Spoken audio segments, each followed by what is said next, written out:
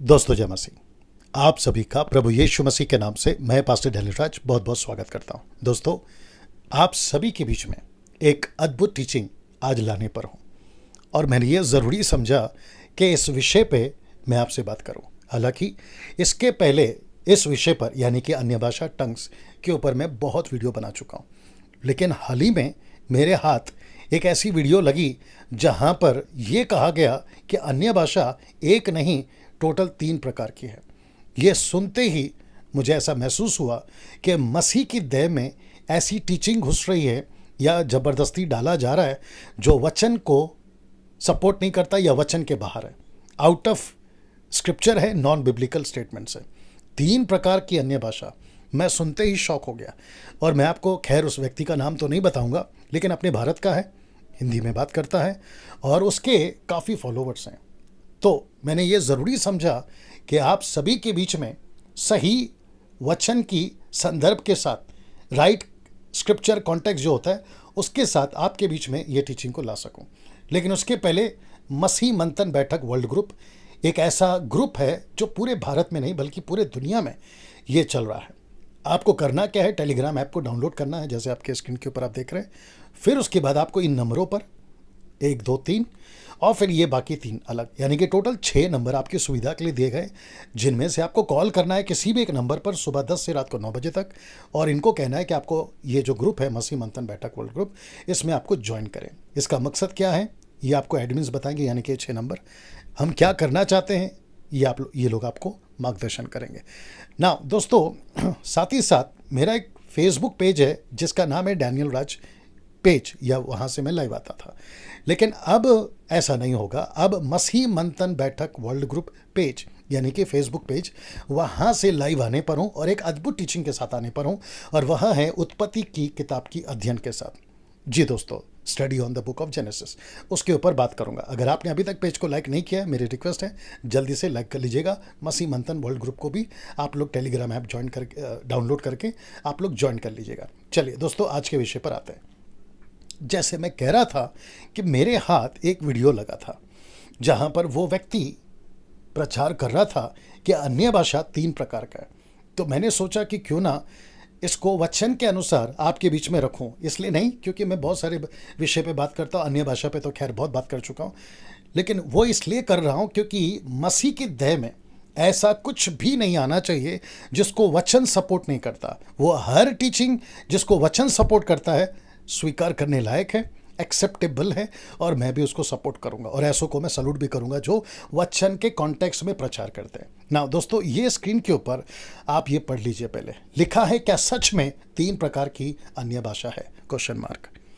जी कुछ लोग ऐसा सिखा रहे हैं कि अन्य भाषा एक नहीं 3 है, इसलिए लिखा है, क्या सच में अन्य भाषा 3 प्रकार की है? अगर कोई कहता है कि 3 प्रकार की अन्य भाषा है, आपके स्क्रीन के ऊपर देख लीजिएगा, तो उसे साबित करना होगा वचन के राइट कॉन्टेक्स्ट से। जी दोस्तों, अगर वो वचन नहीं रख रहा है कि अन्य भाषा 3 प्रकार की है, तो वो प्रचारक गलत है, और ऐसों को नहीं सुनना मैं आपको रिक्वेस्ट करता हूं ना। दूसरी बात, जब आप अभी मुझे सुन रहे हैं, आपको ये हक है, आप बारीकी से देखिएगा और समझिएगा कि अगर मैं कोई भी स्टेटमेंट रखता हूं, अगर वचन उसको सपोर्ट नहीं कर रहा, आप मेरी भी वीडियो ना देखें। मैं खुद कह रहा हूं आपको, अगर कोई आपको ऐसा वीडियो बेचता है जिसमें वचन उसका फाउंडेशन नहीं है या बुनियाद नहीं है, आधार नहीं है, ऐसी सभी की टीचिंग, वो चाहे नेशनल हो या इंटरनेशनल हो, वो गलत है ना। वापस आता हूं इसी स्लाइड पर। क्या सच में 3 प्रकार की अन्य भाषा है? अगर ऐसा टीचिंग कोई भी देता है, वो देसी या विदेशी, अगर उसको साबित करना है कि यस 3 प्रकार की अन्य भाषा है, तो मैं आपको पहले पूछूंगा, आपको जो अभी सुन रहे हो या देख रहे हो, मैं आपको पूछूंगा, क्या पलट कर आपने उनसे पूछा कि ये 3 प्रकार की अन्य भाषा अगर सर आप कह रहे हो तो मुझे स्क्रिप्चर दीजिए? क्या आपने ऐसा पूछा? मुझे पता आपने नहीं पूछा होगा। अगर आपने पूछा है तो आपको सलूट है, लेकिन 99.9% लोग यही करते हैं, नहीं पूछते हैं और वो बस सुनते रहते हैं, स्वीकार करते रहते हैं। लेकिन मैं समझता हूं कि अब मसीह के देह में ये चेंजेस आना चाहिए। वो चाहे डैनियल राज हो या कोई भी तुर्रम खान या कोई भी बड़ा सेवक, आपका फर्ज है किसी भी स्टेटमेंट को आप जब सुनते हो वीडियो पर या चर्चेस में या कहीं पे भी, कोई भी प्रचारक अगर प्रचार करता है तो आपका फर्ज है उसको पूछना कि सर जो आप बोल रहे हो हमको स्क्रिप्चर दीजिए, हमको स्क्रिप्चर दीजिए। प्रेरितों की किताब उसका 17 का 11। जब पौलुस प्रचार करता था ना, तो वहां के यहूदी लोग जिन्होंने पौलुस के प्रचार को स्वीकार किया था, उन्होंने एक हाथ स्वीकार किया, लेकिन दूसरी हाथ उनके हाथ में तोरा होता था। मूसा की किताबें, भजनों की किताबें, नबियों की किताबें, ऐसी पुस्तक से पौलुस की टीचिंग को मैच करते थे कि ये ऐसा ही है या अलग। पौलुस क्या कहता है पता है? गलातियों की किताब उसका पहला अध्याय वचन 7, 8, 9 में वो कहता है, अगर मैं या ऊपर स्वर्ग से कोई दूत भी आकर ऐसी शिक्षा देता है जो हमने नहीं दी, वो श्रापित हो। Can you believe that? इतना सख्त पौलुस क्यों था? यीशु खुद कहते हैं मेरे जाने के बाद बहुत सारे फाड़ने वाले भेड़िए आएंगे। यीशु ने कहा सावधान रहो। इसका जिक्र पतरस ने करा, इसका जिक्र पौलुस ने करा, इसका जिक्र यूहन्ना ने करा, और जितने भी सेवकों ने किताबें लिखी है वे सब अपने अपने टाइम पर इसका जिक्र करते गए कि ऐसी किसी प्रकार के सिद्धांत, ऐसी किसी प्रकार की डॉक्ट्रिन, ऐसे किसी प्रकार की थियरी को स्वीकार ना करो जिसको वचन सपोर्ट नहीं करता। वो सभी डॉक्ट्रिन, वो सभी थियरी, सिद्धांत स्वीकार करने लायक है, एक्सेप्टेबल है, अगर उसका बुनियाद वचन है। तो मैंने आपको जैसे कहा आपके स्क्रीन के ऊपर, अगर अन्य भाषा 3 प्रकार की है, मैं वापस कहता हूं उनको पूछिए, मैं खुद भी पूछूंगा अभी, सर दीजिए, वचन दीजिए, अन्य भाषा 1, 2, 3, ऐसा 3 अलग अलग है, ऐसा स्क्रिप्चर दीजिए। मैं 27 साल से बाइबल को पढ़ रहा हूं, आपको मैं अभी बता देता हूं, ऐसा कोई वचन उनको ना कभी मिलेगा और ना ही किसी और को मिलेगा, क्योंकि है ही नहीं ना। जब ऐसा वचन है ही नहीं, देखिए एक सिंपल सा एग्जाम्पल देता हूं। आपको पता है प्रेरितों की किताब 15 अध्याय में क्या हुआ?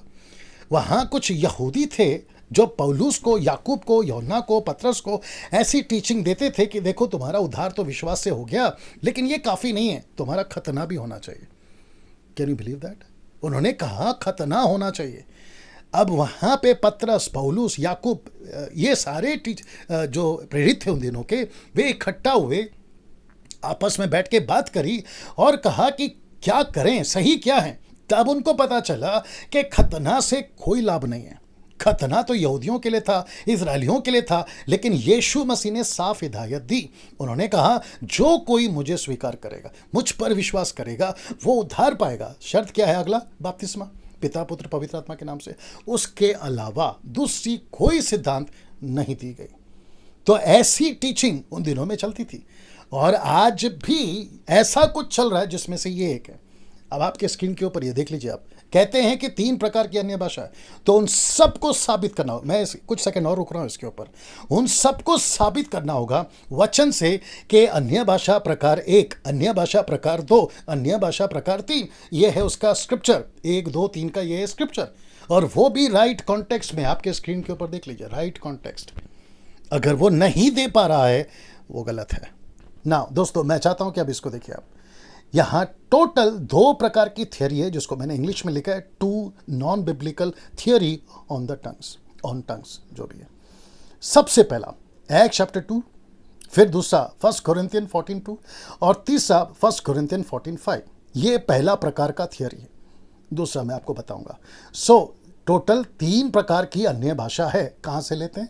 एक्ट चैप्टर 2 में अगर आपने देखा होगा तो जब वहां पर बात चल रही थी तो इंग्लिश में लिखा है ऑल कैन अंडरस्टैंड, ये सब समझ पा रहे थे। दूसरा कौन सा कहते हैं पता है? नो वन कैन अंडरस्टैंड, जो कि 1 कोरिन्थियों 14 का 2 में लिखा है। वो ऐसी भाषा में बात करता है जिसको कोई समझ नहीं सकता। मैं इसके ऊपर आऊंगा बाद में। फिर तीसरा 4 का 5 कहते हैं कि इंटरप्रेट या इंटरप्रिटेशन, नीड इंटरप्रिटेशन, यानी कि अनुवाद के बगैर कोई भाषा को नहीं समझ सकते। तो एक है जो सब लोग समझ सकते हैं, आप उनकी भाषा में बात कर सकते हो। दूसरा है नो वन कैन अंडरस्टैंड, और तीसरा है नीड इंटरप्रिटेशन, अनुवाद चाहिए। तो ये हो गया पहली थियरी। अब दूसरा रखने जा रहा हूं। ये रहा दूसरा थियरी। एक है न्यू टंग, दूसरा है अदर टंग, और तीसरा है अननोन टंग। मैं इसके ऊपर भी आऊंगा आराम से। टोटल 2 थियरी है। आपको मैं वापस ले चलता हूं जी दोस्तों। 2 non biblical theories on tongues. Act chapter 2, 1 Corinthian 14:2, 1 Corinthian 14:5, जो कि एक है all can understand, no one can understand, need interpretation. ये एक थियरी। दूसरी थियरी ये है, कहते हैं न्यू टंग है अलग, अदर टंग है अलग, अननोन टंग है अलग। अब अगर हमको ये दो थियरी को समझना है तो हमें वचन में घुसना होगा। लीजिए आपके बीच में वह वचन को रखने जा रहा हूँ। हिंदी में भी देख लेते हैं, नई नई भाषा, अन्य अन्य भाषा और अनजान भाषा, जो कि आपके बीच में मैंने रख दिया। ये रहा स्क्रिप्चर। तो सबसे पहला स्क्रिप्चर है न्यू टंग के लिए, मरकुस की किताब उसका 16 का 17, and these signs shall follow them that believe they shall speak with new tongues. एक हो गया न्यू टंग। दूसरा है Acts chapter 2 verse 4, and they were all filled with the Holy Ghost and began to speak with other tongues as the Spirit gave the utterance. तीसरा है 1 Corinthians 14:2, for he that स्पीकeth in unknown tongue. तो यहां तीनों आ गए, new tongue, other tongues and unknown tongue. तो इसको उठाकर कहते हैं कि देखो स्क्रिप्चर कहता है कि 3 प्रकार की अन्य भाषा है। आप बहुत आसानी से, माफ करिए शब्द को यूज कर रहा हूं, उल्लू बन सकते हो, धोखा खा सकते हो आसानी से, क्योंकि स्पष्ट दिख रहा है आपके स्क्रीन के ऊपर कि यस पास्टर डैनियल, मार्क 16:17 में एक अलग है, एक्ट चैप्टर 2:4 में एक अलग है, 1 Corinthians 14:2 में ये अलग है। तो टोटल हुए ना 3। तो फिर मैं आपसे पूछूंगा, बड़े ध्यान से सुनिएगा, मत्ती की किताब, मरकुस की किताब, लूका की किताब और यूहन्ना की किताब। चलो एक काम करते, 5वां भी जोड़ देते, प्रेरितों की किताब, क्योंकि इन 5 किताबों में आपको यीशु दिखता है। बड़े ध्यान से सुनिएगा। तो फिर मैं पूछूंगा, क्या मत्ती का यीशु अलग है? क्या मरकुस का यीशु अलग है? क्या लूका का यीशु अलग है? क्या यूहन्ना का यीशु अलग है? और वैसे ही प्रेरितों का काम का यीशु अलग है। अब आप कहोगे डैनियल भाई क्या बात करते हो, एक ही है लेकिन 5 अलग अलग एंगल है। फिर मेरे दोस्त, जब ये आपको वो बात समझ में आ जाती है तो फिर आपको ये 3 एंगल क्यों नहीं समझ में आ रहा? मरकुस में जब यीशु बोल रहे थे कि जो भी विश्वास करेगा, इसका पहला वचन यानी कि पिछला वचन 16 वचन, जो भी विश्वास करेगा बपतिस्मा लेगा उसका उद्धार होगा, और जिसका उद्धार होगा उसकी ये निशानी होगी कि वो नई नई भाषा बोलेंगे। और वही घटना प्रेरितों की किताब 2 के 8 में 4 में माफ करें पूरी हो गई। जो यीशु ने कहा था कि तुम नई भाषा बोलोगे, तो पतरस ने कौन सी भाषा बोली? दूसरों की भाषा बोली, अदर टंग। लेकिन वो क्या थी यीशु के हिसाब से? न्यू टंग। क्योंकि जिस भाषा को मैं जानता नहीं हूं, जिसको आप नहीं जानते, आपके लिए तो वो न्यू है, लेकिन दूसरों के लिए वो अदर है। वो तो यही कहेंगे ना, यार तुम तो मेरी भाषा बात कर रहे हो, यानी कि तुम अदर टंग्स में बात कर रहे हो। अच्छा, फिर कहता है तीसरा, 1 Corinthians 4:14 का 2 में कहता है अननोन टंग। अननोन का मतलब है अनजान भाषा, एक ऐसी भाषा है जिसका कोई अनुवाद नहीं है। मैं बोल तो रहा हूं लेकिन उसको समझ नहीं रहा हूं, क्योंकि प्रेरितों की किताब में जब पतरस बोल रहा था तो समझ रहे थे, तो वहां पे मैटर सॉल्व हो जाता है। लेकिन 1 Corinthians 14:2 में ना तो वहां इंटरप्रिटेशन है, ना वहां पर कोई समझ पा रहा है। तो जब मैं बोल रहा हूं या कलीसिया बोल रही थी तो उसको कोई नहीं समझ रहा था। ये है तीनों एक ही जी। ये है तीनों एक ही। अब इसको प्रचारक अगर ये कह देंगे कि न्यू टंग अलग है, अदर टंग्स अलग है, अननोन टंग अलग है, माफ करिएगा, उनसे बड़ा मूर्ख कोई नहीं होगा, उनसे बड़ा मूर्ख कोई नहीं होगा। क्योंकि आप 5 किताब के यीशु को अगर एक कह रहे हो तो ठीक है, लेकिन अगर ऐसों के हाथ में चला गया ना, जो एक टंग्स को 3 कह रहे हैं, तो फिर 5 किताबों में 5 यीशु कहना पड़ेगा उनको। That is not possible. Now अब इसको देखें, न्यू टंग, यीशु ने कहा था मरकुस में कि तुम नई नई भाषा बोलोगे जब सुसमाचार सुनाने जाओगे, और ये हुआ न्यू टंग। दूसरों के लिए जब वो जाएंगे उनके लिए नया होगा अदर टंग। पेंतेकोस्त के दिन क्या हुआ दोस्तों? 120 ने दूसरों की भाषा में बात करी। अननोन टंग, कुरिन्थियों की कलीसियाओं में ये दान जोरों से कार्य कर रहा था, जोरों से कार्य करता था। अब आप पूछोगे डैनियल भाई, चलो ठीक है आपके हिसाब से मान लेते हैं, लेकिन ओरिजिनल ट्रांसलेशन यानी कि ग्रीक, यूनानी, उसमें क्या है? लीजिए आपको तीनों दे देता हूं। कौन सा दे रहा हूं? मरकुस का दे रहा हूं 16 का 17, प्रेरितों की किताब 2 का 4, 1 Corinthians 14 का 2, तीनों दे रहा हूं। ये लीजिए आपके सामने आ गया, आप देख लीजिएगा। मरकुस 16 का 17, प्रेरितों की किताब 2 का 4, 1 Corinthians 14 का 2। जहां पे सर्कल किया है ना, बड़ी बारीकी से पॉज करके देख लेना, जहां सर्कल किया है ना, आप वहां पर देखोगे ग्लोसा, स्ट्रॉन्ग्स क्या है? 1100। आपको तीनों जगह पे एक ही ट्रांसलेशन मिलेगा, एक ही ट्रांसलेशन मिलेगा जी दोस्तों, एक ही ट्रांसलेशन मिलेगा, एक ही स्ट्रॉन्ग्स 1100। अब जो कहते हैं ना कि 3 प्रकार की भाषा या 3 अलग अलग है, तो मैं फिर उनको पूछूंगा, सर अगर 3 अलग अलग हैं तो अनुवाद, जब ओरिजिनल मैन्युस्क्रिप्ट लिखा जा रहा था ओरिजिनल भाषा में यानी कि ग्रीक में, तो वहाँ पर ये भाषा अलग है यानी कि न्यू टंग, फिर लिखना चाहिए अननोन टंग, फिर लिखना चाहिए अदर टंग, ऐसा 3 अलग अलग लिखना चाहिए था। और ये भी लिखना चाहिए कि ये तीनों अलग है, जबकि ऐसा ट्रांसलेशन आपके स्क्रीन के ऊपर देख लीजिएगा, ऐसा एक भी नहीं मिलेगा आपको, जबकि तीनों का स्ट्रॉन्ग्स एक ही है। जो वर्ड यूज हुआ है ग्लोसा, वो एक ही वर्ड यूज हुआ है तीनों जगहों पर। आई होप यहां तक आप समझ गए। तो वापस कहता हूं, अगर कोई कहता है 3 प्रकार की अन्य भाषा है तो फिर उसको पूछना पड़ेगा, सर हमको स्क्रिप्चर दिखाओ, शो मी द स्क्रिप्चर। अगर वो स्क्रिप्चर नहीं दिखा रहा है कि 3 अलग अलग हैं तो वो गलत हो गया। अभी आप जब मुझे सुन रहे हैं, मैं कह रहा हूं कि एक ही है और मैंने आपको स्क्रिप्चर बता दिया, अभी तक तो बता दिया, आगे भी और बताऊंगा। और ये रहा आपके स्क्रीन के ऊपर जो कि मैंने स्क्रीनशॉट लिया है ग्रीक ट्रांसलेशन का, जो कि ऐप आता है ग्रीक बाइबल का, उससे मैंने आपके बीच में रख दिया। अब इससे बड़ा सबूत आपको और क्या चाहिए? चलिए और देता हूं। अब यहां पे दोस्तों पढ़ लीजिए इसको, तीनों एक ही दान है। मैं रिपीट करता हूं, तीनों एक ही दान है, 3 अलग अलग दान नहीं। मेरा ये क्लियर क्रिस्टल स्टेटमेंट है। अब अगर इसको कोई चैलेंज करना चाहता है तो एक ही तरीका है। तरीका क्या है? स्क्रिप्चर रखो, डैनियल राज गलत है। अगर स्क्रिप्चर नहीं रख पाए, डैनियल राज सही है। और जो वचन कहता है वो सही है, डैनियल राज क्यों सही होगा? वचन लेके चल रहा है इसलिए सही हूं। वापस दोहरा देता हूं कि तीनों एक ही दान है, तीनों अलग अलग दान नहीं है। मुझे कोई नेशनली या इंटरनेशनली मुझे कोई साबित करके बता दे कि पवित्र आत्मा के 9 नहीं 10 वरदान है, या 11 वरदान है, या 12 वरदान है, ऐसा कोई साबित करके बता। जबकि ऐसा है ही नहीं। अगर पौलुस ने पवित्र आत्मा की प्रेरणा से अगर 1 कुरिन्थियों 12 अध्याय 7, 8, 9, 10 तक लिखा है 9 प्रकार के वरदानों को, तो फिर उसने लिखना चाहिए था कि अन्य भाषा एक नहीं 3 प्रकार के, जबकि उसने ऐसा कुछ नहीं लिखा। तो फिर एक्स्ट्रा फिटिंग, जिसको कहते हैं ना फोर्स फिटिंग, एक्स्ट्रा फिटिंग क्यों कर रहे हो?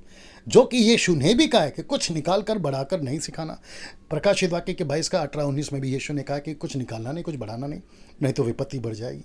तो मुझे नहीं पता कि ये सेवक जो सिखाते हैं ना 3 प्रकार की भाषा, ये क्यों सिखा रहे हैं।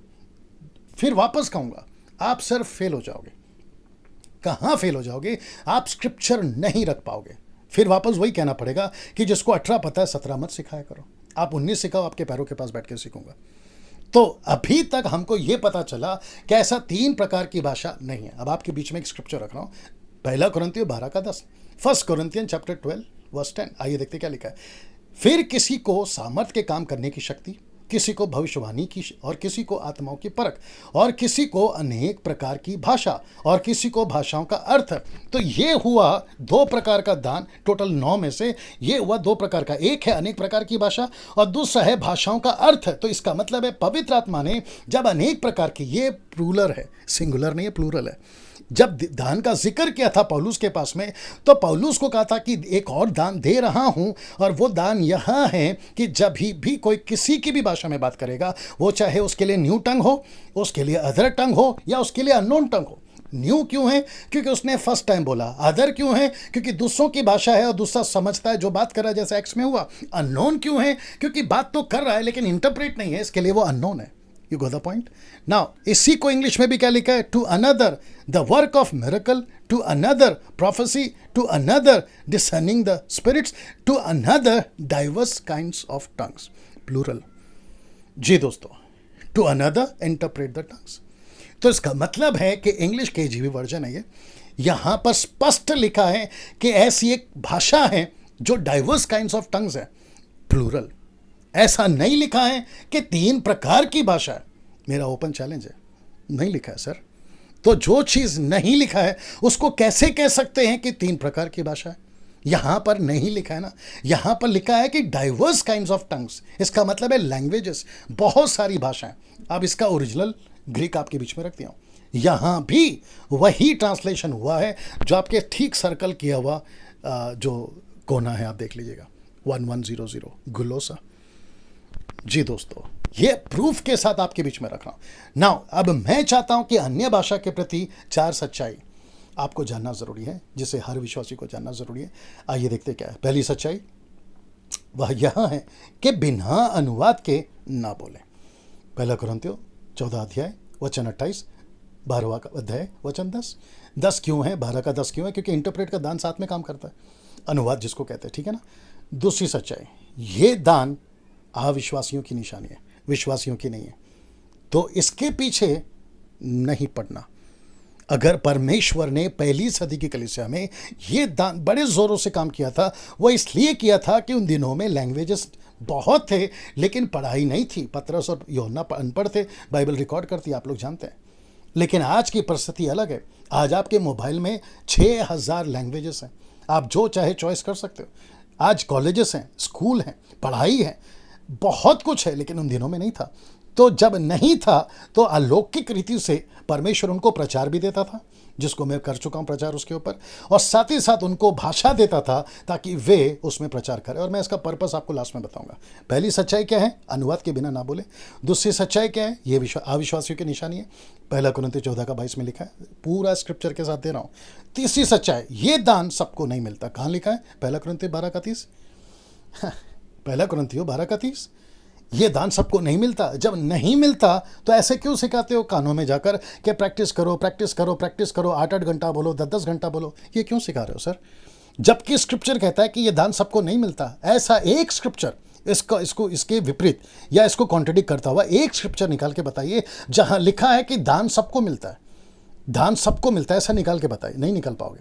पौलुस ने यह जरूर कहा है पहला कुरिन्थियों 14 का 40 में, उसने कहा है कि जो भाषाओं में बात करते हैं उनको मना मत करो। उसने ये नहीं कहा कि सबको बात करना है। देखो ट्विस्ट कैसे होता है ना, छोटी छोटी लाइन में ट्विस्ट होता है। ध्यान से पढ़ोगे ना तो कभी ट्विस्ट नहीं होगा या कभी नहीं भटकोगे। चौथा सच्चाई, ये दान खत्म होगा। ये दान कब खत्म होगा या खत्म हो चुका है, ये बहस का विषय है, लेकिन कम से कम ये दान खत्म होगा, यह जरूर लिखा है। कहां लिखा है? पहला कुरिन्थियों 13 का 8 में। पहला कुरिन्थियों 13 का 8 में लिखा है। अब इसको कोई झुठलाकर बताए कि यह गलत है, तो ये कौन सा दान है जो खत्म हो जाएगा? 3 में से ये कोई प्रूफ करके बताए। फिर ये कौन सा दान है जो सबको नहीं मिलता? तीसरा सच्चाई, कोई वचन में से प्रूफ करके बताए कि तीनों में से कौन सा है। जो कहते हैं ना 3 प्रकार की अन्य भाषा है, तो मुझे बताए कि कौन सा दान खत्म हो जाएगा तीनों में से। नहीं कर सकते सर आप लोग ना। दोस्तों अब इसको देखें। अब एक महत्वपूर्ण बात क्या है आपके बीच में रखने जा रहा हूं, वह है अपनी उन्नति और आत्मिक उन्नति में जमीन आसमान का अंतर है। आपको पता है अक्सर क्या कहते हैं लोग, जो अन्य भाषा में बातें करता है वो आत्मिक उन्नति करता है। मुझे स्क्रिप्चर से कोई निकाल के बता दे कि कहां पौलुस ने कहा है कि जो अन्य भाषा में बातें करता है वो आत्मिक उन्नति करता है। निकाल के बताए। जबकि क्या लिखा है पता है? अपनी उन्नति करता है। तो शब्द को पकड़ो, यहां लिखा है अपनी उन्नति, यहां नहीं लिखा है कि आत्मिक उन्नति। मैं रिपीट करता हूं, जो बहुत जरूरी है आपको सीखना, अपनी उन्नति और आत्मिक उन्नति में जमीन आसमान का फर्क है। दरअसल पौलुस क्या कह रहा है पता है? तुम खुद की उन्नति कर रहे हो। कैसे? जैसे कोई भजन संहिता के कुछ आयतें याद कर लेता है तो उसकी उन्नति है। जैसे कोई पूरे के पूरे 66 बुक को याद कर लेता है तो उसकी खुद की उन्नति है, मतलब उसका नॉलेज अच्छा है। अच्छी बात है, गलत नहीं है, लेकिन आत्मिक उन्नति होगी अन्य भाषा बात करने से। मुझे कोई निकाल के बताए, निकाल के बताए, नहीं निकाल पाओगे, ठीक है ना।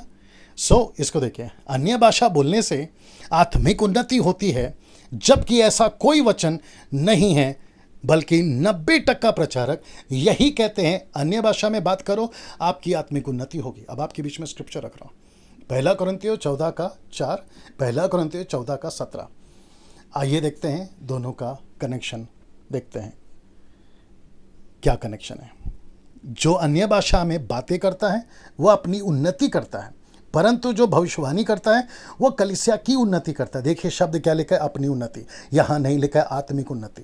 परंतु जो भविष्यवाणी करता है वो कलीसिया की उन्नति करता है। तू तो भली भांति से धन्यवाद करता है, परंतु दूसरों की उन्नति नहीं होती। तो यहां पे कॉन्टेक्स्ट क्या है? पौलुस कह रहा है तू खुद की उन्नति कर रहा है, बल्कि दूसरों की नहीं। लेकिन जो भविष्यवाणी करता है ना वो दूसरों की उन्नति करता है। तो यहां पे जोर किस पे है? अपनी उन्नति पे नहीं, बात है यहां पे दूसरों की उन्नति पे। आप देख लीजिए, आपके स्क्रीन के ऊपर है पहला कुरिन्थियों 14 का 4, पहला कुरिन्थियों 14 का 17। ये दोनों का कनेक्शन है। तो पौलुस क्या कह रहा है 14 का 4 में कि तुम जब अन्य भाषा में बातें करते हो, जो कि ग्लोसा है, लैंग्वेज है, मैं बता चुका हूँ आपको, ना कि 3 में से कोई अलग अलग नहीं, एक ही है, मैं आपको बता चुका हूँ। कहता है वो अपनी उन्नति करता है। दरअसल ये जो लाइन है ना, ये सरकास्टिक है, यानी कि टॉन्ट मारना है। तो पौलुस यहाँ पे वो जो स्टेटमेंट यूज कर रहा है ना, वो स्टेटमेंट नहीं है जहाँ पे वो कह रहा है कि वाह कितना अच्छी बात है, तुम्हारी उन्नति हो रही। नहीं, ऐसा नहीं है। वो दरअसल में कह रहा है कि ये क्या कर रहे हो तुम, कलीसिया की उन्नति के बजाय तुम खुद की उन्नति कर रहे हो। देखिए, खुद की उन्नति करना गलत नहीं है। खुद की उन्नति करना गलत नहीं है। मैं आपको छोटा सा एग्जाम्पल देता हूँ, आपको बताता हूँ क्या होता था। प्रेरितों की किताब 4 अध्याय, अगर आप मुझे लगता है 28, 29, 30 ऐसे पढ़ोगे आगे, आई एम नॉट श्योर, लेकिन आप देख लीजिएगा। वहाँ लिखा है कि जब कलीसिया एक थी, पतरस उनका, आप बिशप बोल लीजिए, पास्टर बोल लीजिए, कोई दिक्कत नहीं, अपोस्तल बोल लीजिए, ठीक है ना। ऐसा लिखा है कि सब अपनी अपनी संपत्ति बेचते थे, कलीसिया को लाकर देते थे, पतरस के पैर पे डालते थे, और पतरस क्या करता था, जैसे जिसकी आवश्यकता होती थी वो वैसे बांट देता था। तो उसका मतलब यहाँ पे क्या हो रहा है, पतरस खुद की उन्नति नहीं कर रहा है, पैसों से सबकी उन्नति चाह रहा है।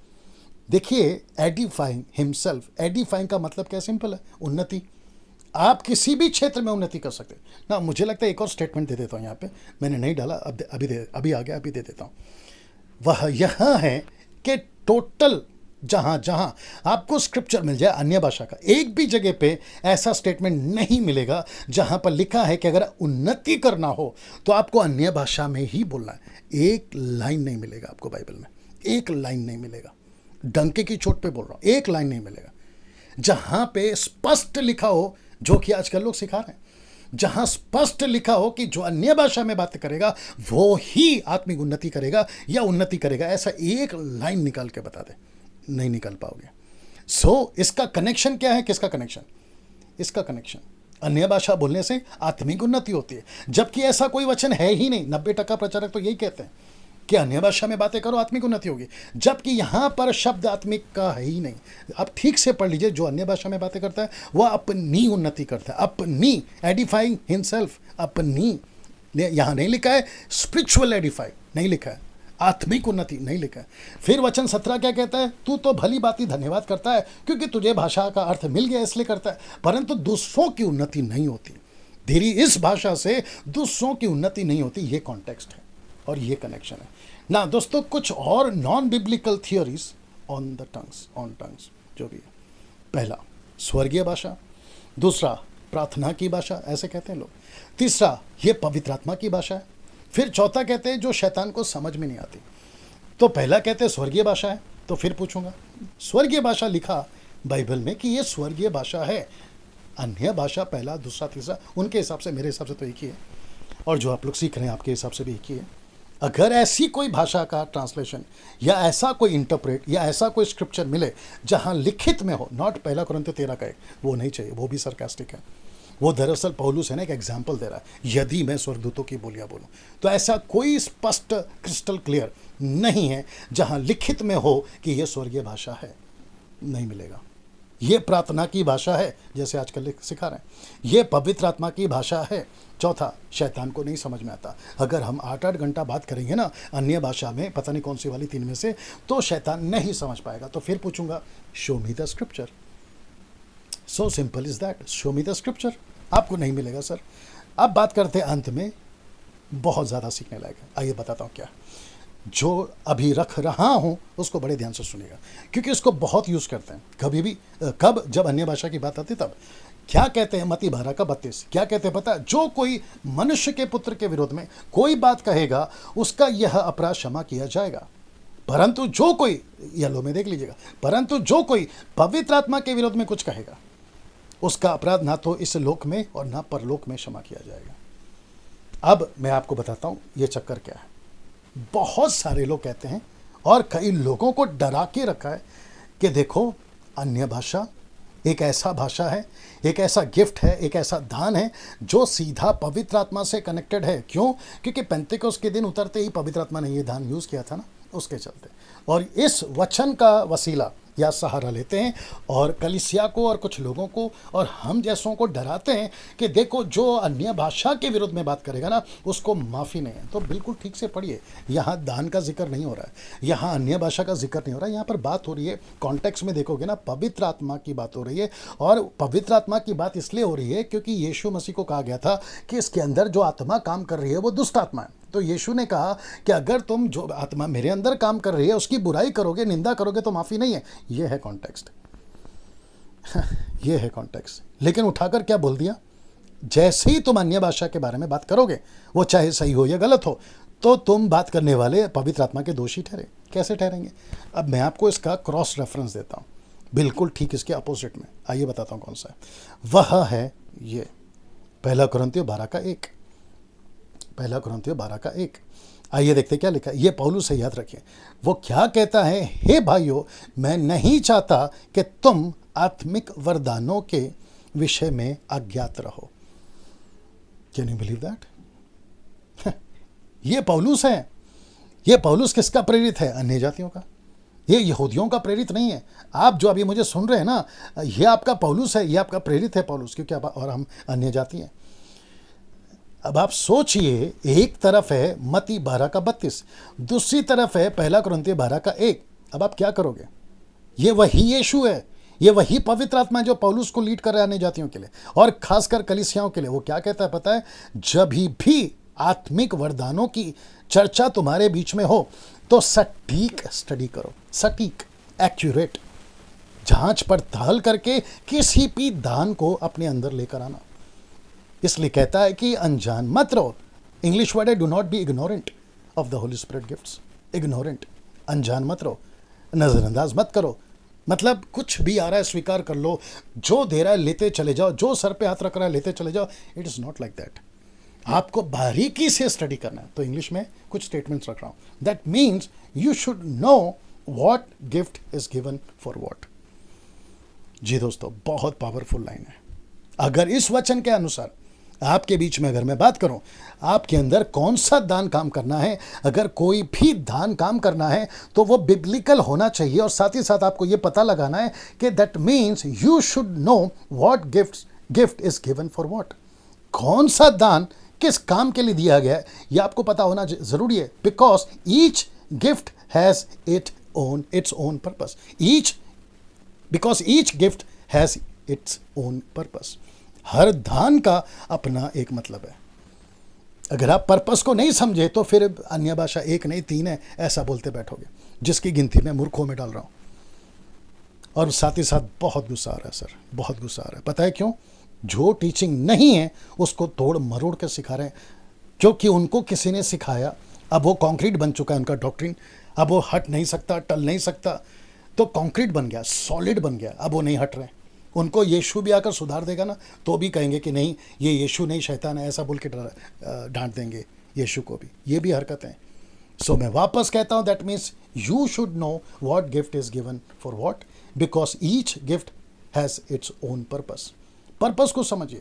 So before using the gifts you should know the purpose. आपको पर्पस पता होना चाहिए। अन्य भाषा क्यों दिया, पर्पस पता होना चाहिए। उसका मकसद क्या है? सुसमाचार फैलाना। उसका मकसद क्या है? पर्पस क्या है? Reaching to unreach people. उसका मकसद ये नहीं है कि ऐसी कोई भाषा है जिसको बोलने से आपकी आत्मिक उन्नति होगी। वापस कहता हूं, आत्मिक उन्नति होगी। एक स्क्रिप्चर दीजिए, नहीं दे पाओगे। अब दोस्तों इसको देखिए। ओ या ओके, नाउ मैं चाहता हूं कि ये जो आखिरी स्लाइड्स था आप इसको ध्यान देंगे। जी दोस्तों, आप इसको ध्यान देंगे। थोड़ा सा एरर आ गया जी जी जी, ये वाला। So that means you should know what gift is given for what, because each gift has its own purpose.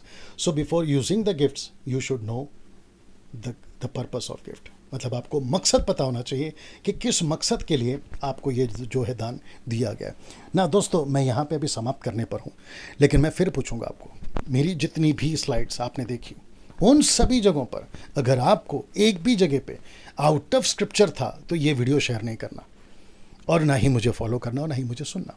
लेकिन अगर आपको लगता है कि यस पास्टर डैनियल आपने ओरिजिनल ट्रांसलेशन यानी कि मेन मैन्युस्क्रिप्ट, ओरिजिनल मैन्युस्क्रिप्ट जो ओरिजिनल ट्रांसलेशन था ग्रीक यूनानी, वहाँ से भी लाकर आपने रखा, स्क्रिप्चर के क्रॉस रेफरेंस तक रखा।